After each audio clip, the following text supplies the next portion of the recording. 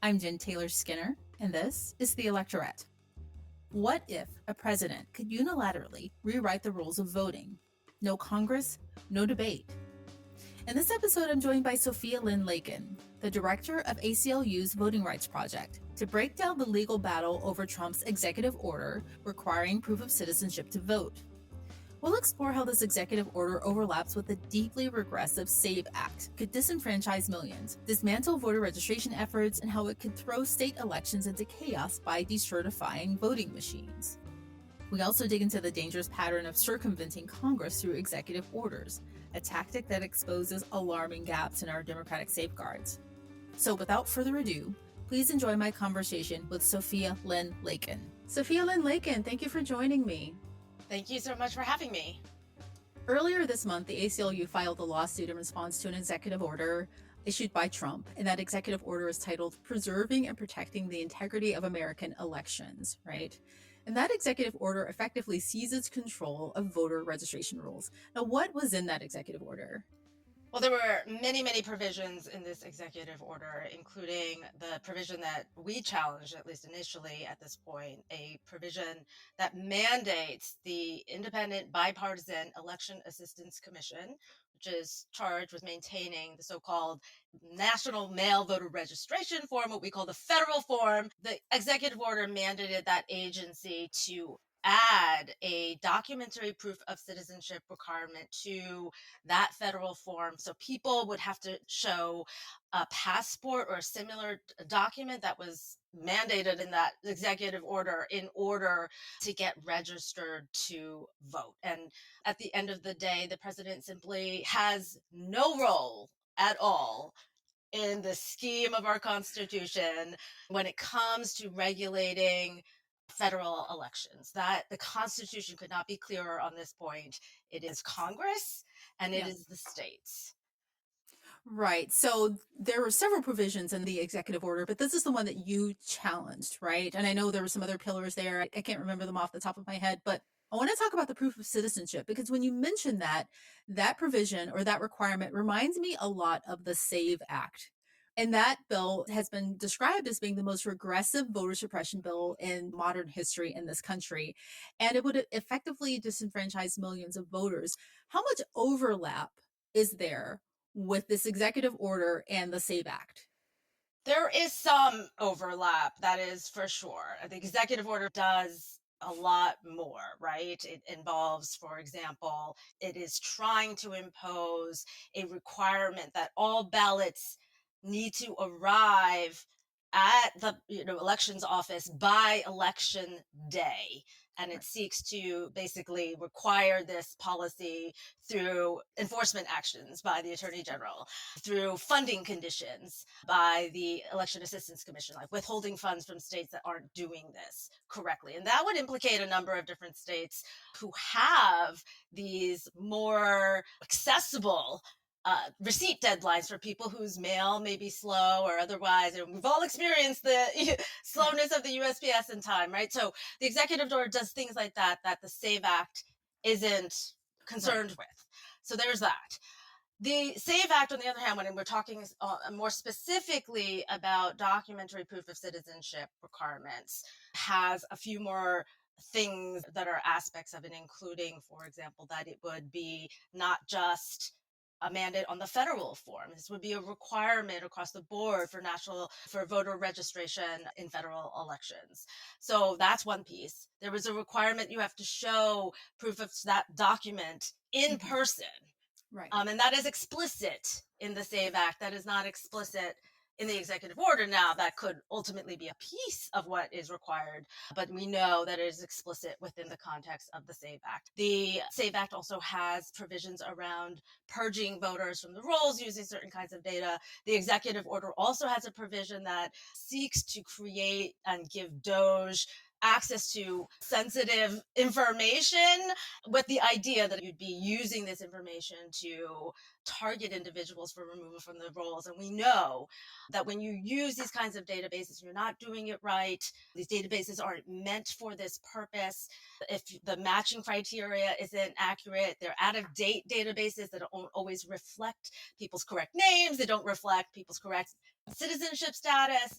You're going to disenfranchise by removing people from the rolls. We know that's going to happen. Right. And both the SAVE Act and the executive order really have that part of their provisions that are going to result in these kinds of unfortunate purges. Right. I mean, that's kind of the point. I don't think I've ever seen a voting bill or anything, a bill or an executive order from this administration or from conservatives generally, even if you weren't in the White House. I mean, this has been their business to disenfranchise voters for decades now. So this is nothing new. But there is a provision in the executive order. There's something about decertifying certain machines, right? And I didn't understand that part. Can you explain that to me or tell me what that's about? Yeah, so the Election Assistance Commission, one of the things that they do is they can certify voting machines for use in elections. Now, states can say, you know what, we're going to use machines that are certified from the Elections Assistance Commission. Some states definitely have laws in the books that say that they should use machines that are certified by a federal agency. That would be what the Election Assistance Commission does. And the executive order says, look, we don't like certain kinds of machines. We want certain kinds of machines to be used. So we would have decertification of all machines except these kinds that we like. And that the reality is there aren't really machines that do this. States don't have these. So if you're going to do that, then states that are going to be looking for machines that are certified are going to have a real problem finding machines that they can use to conduct elections. And you imagine, right? If you get to close to an election, there are no machines. What are you going to do instead? And that would create not just a lot of difficulties, of course, but I mean, it'd be quite expensive if you have to change your entire election system to either get new machines, if there's even a machine that can be certified, or run it by paper.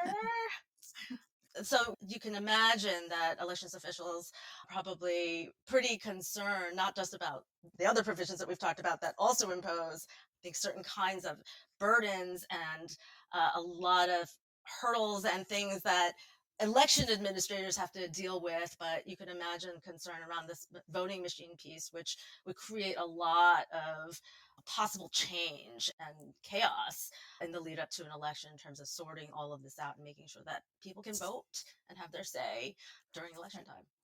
So with this administration, there's this pattern, right? There's the thing where they tell you why they're doing something, and then there's the real reason. And I'm trying to figure out, and I don't know if you have any theories about this voting machine. Like, why are some voting machines going to be deemed problematic and others not? What's the real reason behind that, if you know? I don't purport to know the rationale behind what seems to be a really troubling attempt to disrupt elections. I mean, I think, unfortunately, in the aftermath of the election cycles that we've had, there is the reality that it seems like there were some people who were trying to at least create uncertainty, create this idea that there was something wrong, whether it be the way people are voting, the mail system, machines, and that allowed, if they wanted it to be the case, a narrative to say, no, the election results, there's something wrong with these election results. We should revisit these election results. Let's cast doubt on these election results. Machines might be a piece of that story. Unfortunately, we saw the kind of laying the groundwork for a lot of casting of doubt on the integrity of our election system. And I think, unfortunately, this could be just another piece of that groundwork laying in terms of the narrative to overturn election results or cast doubt on election results that don't go your way. Right. That's really no different from proof of citizenship because there is no evidence that people who are not citizens are voting. People who aren't citizens aren't really voting in our elections. There's no proof of that, right? It's intended to cast doubt, which, of course, this isn't being done to protect the American voter. It's really being done to make it possible for fewer people to vote. And we know that higher turnout tends to favor democracy or the party that favors democracy. Research has bared that out. Well, certainly, if we care about democracy, we should be caring about people voting and having access to the polls. When we're talking about safe and secure elections, election integrity, we should be talking about ensuring these millions of people who might not have access to documents aren't but otherwise eligible voters and suffer penalties, pretty serious penalties, that you swear that you are eligible to vote, including that you're a US citizen. Why would people kind of risk that in order to be able to cast their ballot? And that's the reason why, unsurprisingly, we are not seeing any sort of widespread non-citizen registration, let alone voting.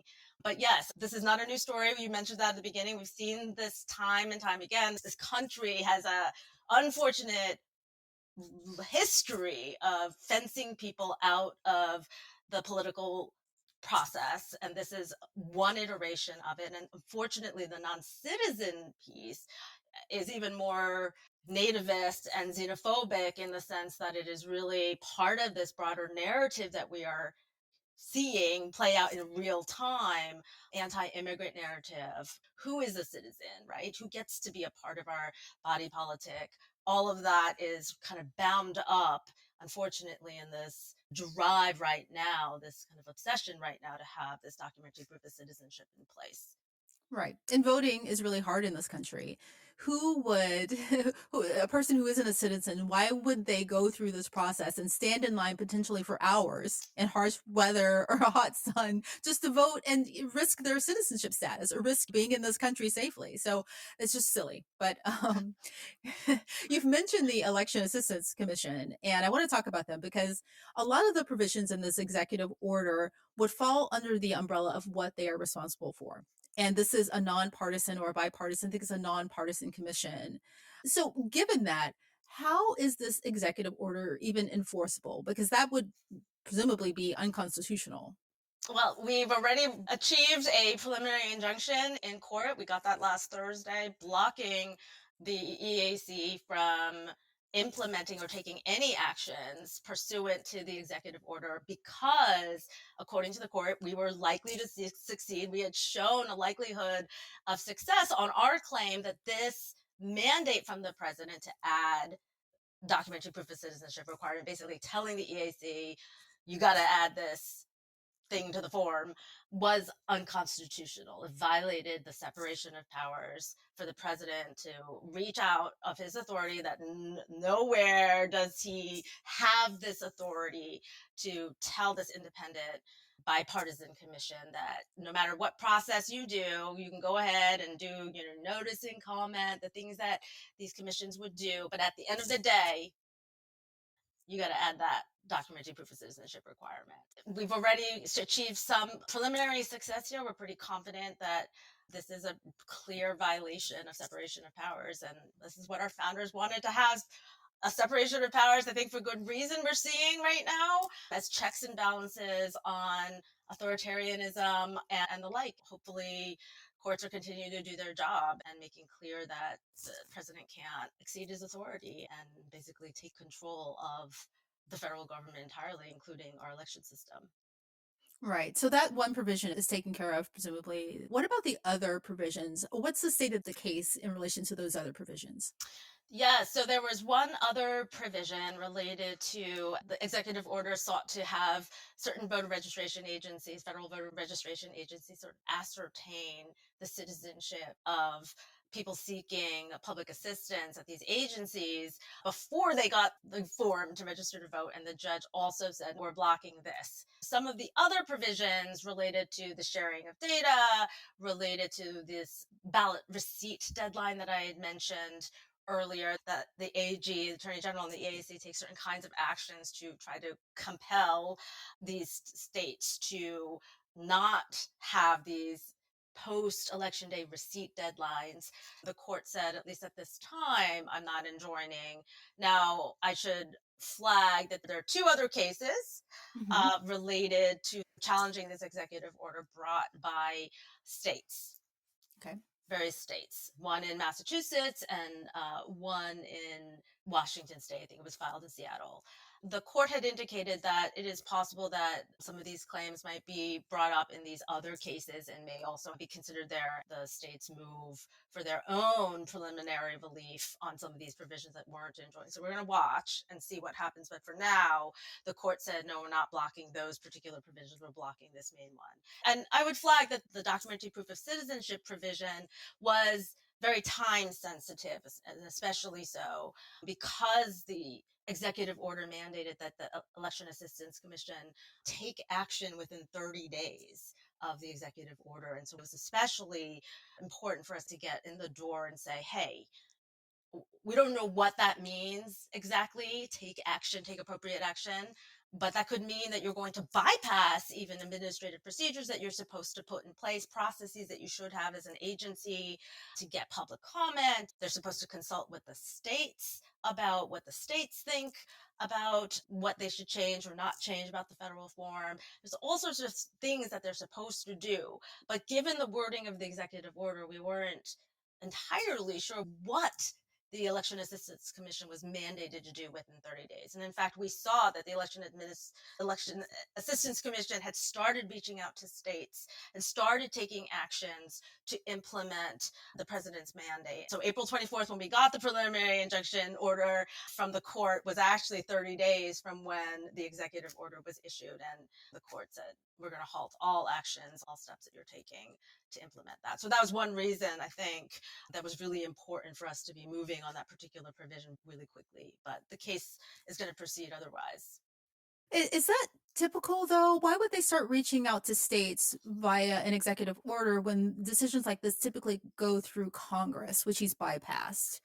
So the Election Assistance Commission, for purposes of these kinds of things that it's trying to do to the federal form, they maintain the federal form. They're supposed to do, it's in statute, actually, that they are supposed to consult with the chief elections officials of the states. And that makes sense, right? From a federalism standpoint, right? Again, the Constitution gives both states and Congress the power to regulate elections, federal elections, state elections. And it makes sense for that consultation with states to happen. So that's a piece of it. However, not when the president is mandating it that it be done. The expectation that they would take action within 30 days is very curious to me. So first of all, that would put us ahead of the 2026 midterms, which is far away. But there must be elections happening this year that they were trying to get this in place for. We just had the very important election in Wisconsin, which of course they tried to do some nefarious things in relation to that. So do you have any idea of why that 30 days was just so crucial for them? I'm presuming there's some important elections that may shape Congress coming up this year. I mean, we can just make that assumption. Yeah, for sure. And it's interesting. It's hard to know exactly what was intended because when we got to court, of course, the defendants counsel stood up and sort of said, look, it's not going to happen immediately. Actually, we don't even know when it's going to happen, if it's going to happen. They have to go through notice and comment. They have to comply with other statutory provisions and the like. So it'll take some time. But one of the things that our clients were very worried about, we represented a number of organizations who do voter registration activities, assist voters and the like, and maintain registration portals that rely on a particular form, federal form, that would have to make pretty significant changes to their operations. They have to handle sensitive proof of citizenship documents, significant changes, and who were especially concerned about an upcoming election in Arizona. And that is, if I'm remembering correctly, the registration deadline, I think, is in June, I believe. And that's just one. Elections happen all the time, and they happen even when you're not expecting it. And people are getting registered all the time. You're meeting voters where they are, grocery stores, outside schools, wherever you might be, in high schools. You're trying to reach people where they are in order to get them registered to vote. Mostly volunteer organizations, right? So it's limited capacity in terms of volunteer hours. If they have to spend their time thinking about changing forms and this kind of thing.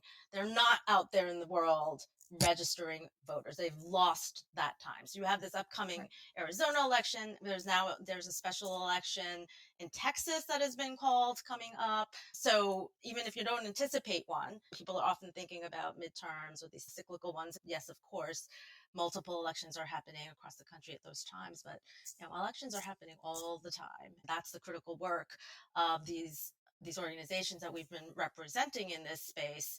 Again, anytime this happens, you're going to be worried about the inability to get people registered who are going to miss out on an important election. All elections are important, but especially important elections too. Right. If they're not able to meet the documentary proof of citizenship requirement, whether in the EO or in the SAVE Act, would make the operations of some of these organizations really challenging and make it very difficult for some of these organizations to reach even a fraction of the voters that they would otherwise be able to reach. So we're talking about pretty significant impacts on political participation and the activities of these many organizations that try really hard to get Mhm. people to participate in these elections. Right. Well, Republicans have a razor thin margin, so every single election counts. So even anything could happen between now and the end of the year. Someone could leave office, anything could happen. And it would make sense that this would be advantageous for them to have this in place because what it does, as we've established, is that it disenfranchises voters broadly, right? So you mentioned clients, right? And I know that your case has grown. So you have a number of clients that are involved in this case. I think it started off with the League of Women Voters, and then you have other people who are involved as plaintiffs. Who was involved in this case on the side of ACLU? So there are three cases that are consolidated in our case, right? There are Okay. two cases that the court has called us the nonpartisan plaintiffs.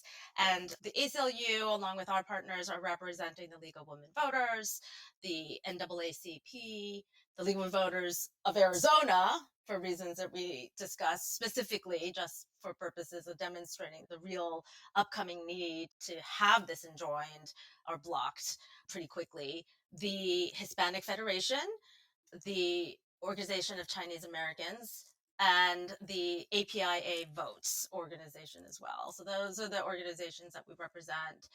And we've been consolidated and working together with another set of plaintiffs that includes LULAC, League of United Latin American Citizens, as well as an organization that works with overseas voters and military voters. Other similarly situated organizations, particularly including a student group in Arizona who work with the students and registering them to vote. And they were able to say to the court, look, we have students who do not have access to their documents because they're not with them while they're at school, and they're not going to be able to in the time that you have in the lead up to an election. I mean, that's the reality is many people aren't thinking about their voter registration, thinking about getting registered if you've moved, right?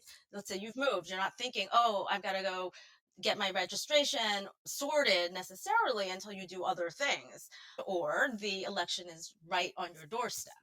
And by then, if you don't have your documents in order, or you don't have easy access, it's in some safe deposit box in some other place where you used to live. In the case of these students, just not going to have the time to get that updated. And I think maybe people have heard the impact this kind of requirement might have, especially on people who have changed their names, right? The 69 or so million women out there, married women out there who don't have their birth certificate that matching their current legal name. And birth certificate being one of those documents that would probably satisfy, would hope that you are a United States citizen. And if you don't have a passport then, and which there have been surveys demonstrating that a lot of people don't have passports, that would be one of your primary documents, that birth certificate. If you don't have that in your legal name, how is that going to work for you? You're going to probably have to cough up another document that matches your name. And if you're in the lead up to an election, you're going to do all that paperwork. Anyone who has experienced government bureaucracy with this kind of thing, you may not get it done in time. And so there's just real hurdles and barriers that are going to make it very difficult for some voters to be able to get registered and to be able to participate, estimating that it could impact millions of voters. Right. Well, I hope the ACLU and other states suing over this executive order, I hope they prevail. However, if they prevail, hopefully we can look back and see that this has highlighted a lot of flaws in our democracy and our processes, because what really stands out to me is that I've been talking about the SAVE Act for months now, right? I wasn't familiar with this executive order. And what this administration keeps doing is they keep circumventing Congress. When something doesn't pass through Congress or it's going really slowly, they aren't suppressing voters fast enough. It just, signs an executive order. And I think what this administration has highlighted is the fact that we have some holes in our legislative process, right? If a president can just go in and circumvent the legislative branch for every single thing, what's the point of that? And I'm hoping once we get to the other side of this, we can patch up some of those holes, because honestly, it feels like we're in a race, right? We're in a race to shore up voting rights so that people can vote to say that they don't like this. They don't like their votes being suppressed. They don't like being kept away from the ballot box and all the other things that this administration is doing. I think that unfortunately we're living in a time, and it's been this way for a little bit now, I think even since the first Trump administration and the 2020 election, sort of exposing how much we've relied on norms and just custom to have things run smoothly, to have people kind of treated properly, equally, fairly in the process. How much we've relied on things like losers of an election accepting results and conceding and the like. And while Congress did attempt to fix some pieces that were exposed in the 2020 election with the Electoral Count Reform Act, for example, know how familiar you are with that, but that there were definitely some things that were exposed during that 2020 election that made people very anxious, and there was efforts to do some of that. We live in a time where reliance on just norms of people acting in good faith, where that is not in a world that we are currently living in. And how do you ensure then that you have a backstop? And we're in the process of doing what we can to ensure there is a backstop here. I think courts are working to do their job, and we're pushing them to do their job, and we're hoping they continue to do their job. I would hope, and I agree with you, that there's been a lot exposed, a lot that could be done. Now the question would be, is there a will in this very polarized country to come together and say, however you felt about all of that, right? We need some additional guardrails, some safeguards, some explicit rules around what would otherwise be norms and the like. Yeah. In hindsight, given everything that's transpired over the past several years, everything that we know now, relying on those norms seems naive. But, you do better when you know better. Well, Sophia Lin Lakin, thank you so much for joining me. Thank you for all of your work. We'll be watching this case, and hopefully you'll prevail. Thank you so much. That is certainly the hope. And we are going to do everything we can to make sure that voters can vote, that they are protected, that our elections are safe and secure. And please go vote.